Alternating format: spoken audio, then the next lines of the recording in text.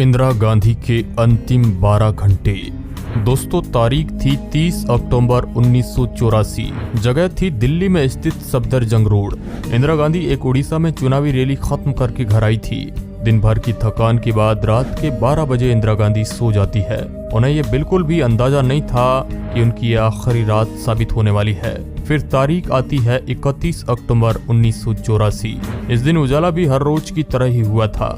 दिल्ली की सड़कों पर हल्की गुलाबी ठंड कुछ तो कह रही थी कि आज कुछ अजीब होने वाला है। सुबह 6 बजे इंदिरा गांधी अपने आवास पर सोकर उठती है। फिर कुछ टाइम योग और एक्सरसाइज करने के बाद वह ठंडे पानी से स्नान कर लेती है। क्योंकि मौसम कैसा भी हो, इंदिरा गांधी अपने योगाचार्य धीरेन्द्र ब्रह्मचारी की सलाह के मुताबिक गीजर यूज नहीं करती थी। इसके बाद इंदिरा गांधी तैयार होती है क्योंकि उन्हें 9 बजे के करीब ब्रिटिश अभिनेता पीटर को अपना एक इंटरव्यू देना था।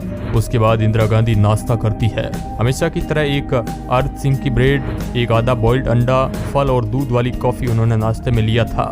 तभी इंदिरा गांधी के डॉक्टर कृष्ण प्रसाद माथुर आ जाते हैं। डॉक्टर माथुर 1966 में इंदिरा गांधी जब पहली बार प्रधानमंत्री बनी थी, उसी वक्त से लेकर समय समय पर उनकी हेल्थ चेकअप करने के लिए आते जाते रहते हैं। हालांकि इंदिरा गांधी को ऐसा कुछ नहीं था, वह शरीर में पूरी तरह से स्वस्थ रहती थी। कुछ देर तक डॉक्टर माथुर और इंदिरा गांधी के बीच इधर उधर की काफी बातचीत होती है। काफी समय बातचीत के बाद इंटरव्यू का वक्त हो चला था। इंदिरा गांधी इंटरव्यू के लिए एक सफदरजंग के घर से पैदल ही निकली क्योंकि उनका दफ्तर घर की दीवार के बिल्कुल नजदीक था। अकबर रोड के बीच में मात्र एक गलियारा था, केवल उसे ही पार करना था। इंदिरा तेज चलती हुई आधे रास्ते ही पहुंची। इंदिरा गांधी के ठीक पीछे दिल्ली पुलिस का कांस्टेबल मैडम के ऊपर छाता तान के चल रहे थे। उनके कुछ फीट पीछे इंदिरा गांधी के निजी सचिव राजेंद्र कुमार धवन चल रहे थे। उनके ठीक पीछे चपरासी और एक दारोगा। इंदिरा गांधी जैसे ही उस लकड़ी के गेट तक पहुंचती है कि सामने ही दारोगा बेअंत सिंह नमूदार खड़े थे। बेअंत सिंह पिछले 9 सालों से इंदिरा गांधी की सुरक्षा में लगे हुए थे। साथ ही वो कई बार उनके साथ विदेश भी गए थे। कुछ महीने पहले उन्हें इंदिरा गांधी की सुरक्षा से हटा दिया गया था, लेकिन बेअंत ने सीधे मैडम से अपील की। इसके बाद उनका ट्रांसफर ऑर्डर कैंसिल कर दिया गया। इंदिरा गांधी का कहना था कि मुझे अपने सिख सुरक्षा कर्मियों पर पूरा भरोसा है। भरोसे की यहाँ पर बातचीत इसलिए हो रही थी क्योंकि कुछ ही महीने पहले ऑपरेशन ब्लू स्टार से सिख समुदाय काफी गुस्से में था। इंदिरा गांधी ने जैसे ही बेअंत को देखा तो उन्हें लगा कि सरदार जी नमस्ते कहने वाले हैं, मगर इंदिरा गांधी ने बेअंत के नमस्कार की मुद्रा में आने से पहले ही हाथ जोड़ लिए। मगर उस दिन बेअंत के मन में कुछ और ही चल रहा था। बेअंत ने नमस्ते की जगह अपनी सर्विस रिवॉल्वर तान दी। इंदिरा के पास शायद आधा या 1 सेकंड रहा होगा। वह चीखी, क्या कर रहे हो? मगर तब तक गोली की तेज आवाज आसमान को चीरती हुई इंदिरा गांधी के कानों तक पहुंच चुकी थी। बेअंत ने एक एक करके 5 गोलियां इंदिरा गांधी पर चला दी और फिर वे जमीन पर गिर पड़े। तभी गोलियों की आवाज सुनकर एक और सुरक्षा में तैनात सिपाही सतवंत सिंह उनकी तरफ लपका और अपनी स्टैन गन इंदिरा गांधी की तरफ तान दी। बंदूक पर उसके हाथ थर थर कांप रहे थे।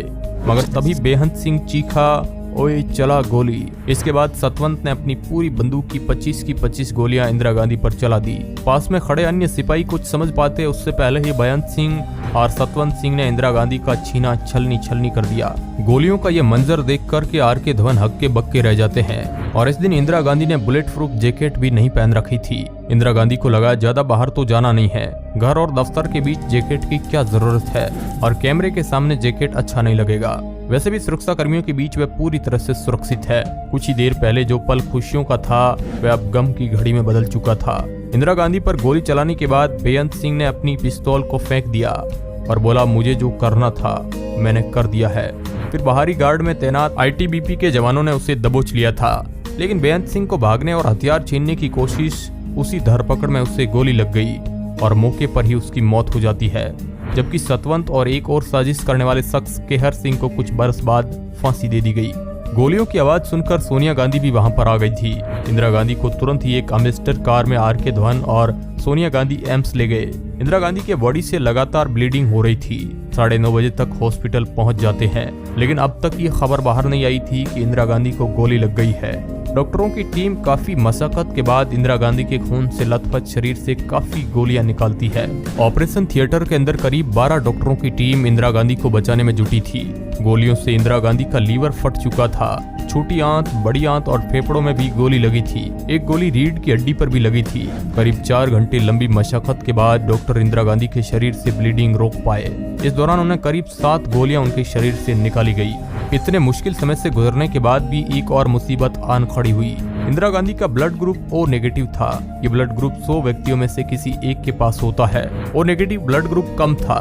लोगों से अपील की गई तो इतने लोग आ गए कि अस्पताल के गेट तक को बंद करना पड़ा था, मगर कोई फायदा नहीं हुआ। इंदिरा गांधी को बचाने के लिए 88 बोतल खून को चढ़ाया गया, लेकिन इन गोली के जख्मों के आगे इतना खून भी कम पड़ गया था। एक एक पल कई घंटों लंबा लग रहा था। बंगाल में चुनावी दौरे पर गए बेटे राजीव गांधी को खबर दे दी गई इंदिरा गांधी के मौत की। ऑपरेशन थिएटर के बाहर कई बड़े बड़े कांग्रेस के नेता बैठे थे। वे लोग भी डॉक्टरों के उस मुरझाए हुए चेहरे के इशारे को समझ गए कि अब इंदिरा गांधी को बचाना बहुत मुश्किल है। वहीं दूसरी तरफ एम्स के दूसरे कमरे में प्रधानमंत्री पद की कुर्सी को लेकर चर्चा हो रही थी कि आखिर अगला पीएम कौन होगा। तब तक राजीव गांधी भी कोलकाता से दिल्ली पहुंच गए। लंबी बातचीत के बाद तय किया गया कि राजीव गांधी को अगला पीएम बना दिया जाए। एम्स के बाहर हजारों लोग इकट्ठे हो गए थे। लोग इंदिरा गांधी के नाम के नारे लगाए जा रहे थे।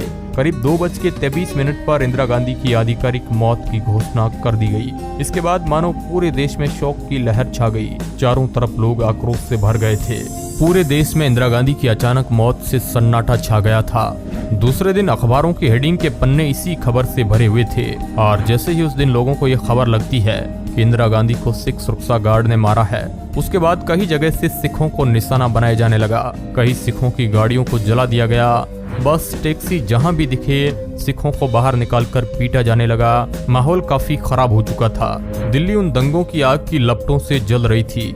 इसमें कई निर्दोष लोगों को बेफालतू मार दिया गया। इसके बाद देश की कमान राजीव गांधी अपने हाथ में लेते हैं। तो दोस्तों, ये था इंदिरा गांधी की मौत से जुड़ा सच। अपनी राय हमें कमेंट के माध्यम से जरूर बताएं और इस तरह की इंटरेस्टिंग वीडियो देखने के लिए हिस्ट्री टेलीविजन को सब्सक्राइब करें। धन्यवाद।